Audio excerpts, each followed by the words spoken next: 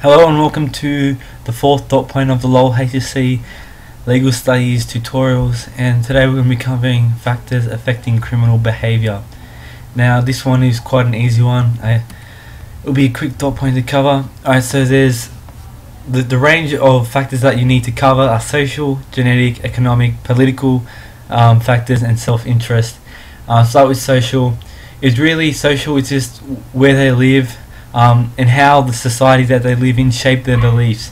So if they live in a society where there is no respect for the law, then this factor shows that this will lead to criminal behaviour, because simply they'll grow up the same beliefs as them.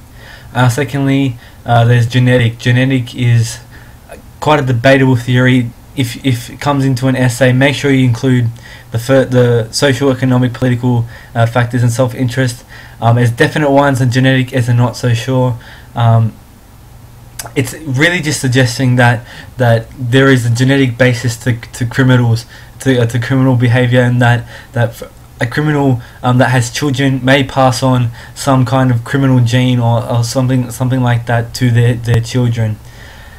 Thirdly, there's economic factors, and that pretty much means like the poor people in society, the people with no money, will feel disconnected from society and less valued, and in turn may turn against the law, the more structured part of society. So really you can have a look at the slums and just the higher rates of criminal behaviour in any slum area, not only in Australia but across the world.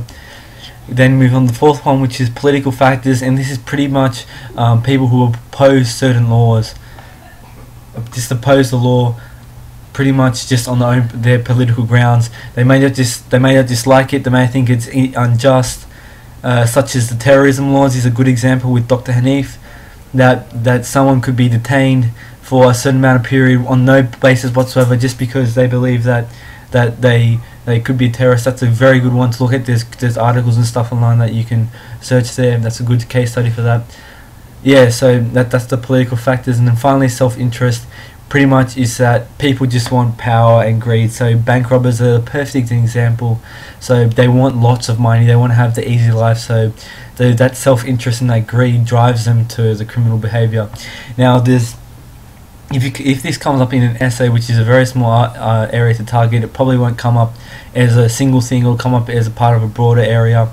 But Dr. Don Weatherburn, someone you should become very familiar with, in 2011 February, he's from Boxer, who you should also become very familiar with, is the Bureau of Crime Statistics and Research. He made some very good points and something that you can quote in essays about economic, genetic and social factors. So for economic, I'll just read it out to you. Parents often fail to develop strong emotional bonds with their children when they are exposed to economic stress. Economic stress can be thought of as a distal cause of involvement in crime. So that shows that there is that link between the economic stress and the link to crime.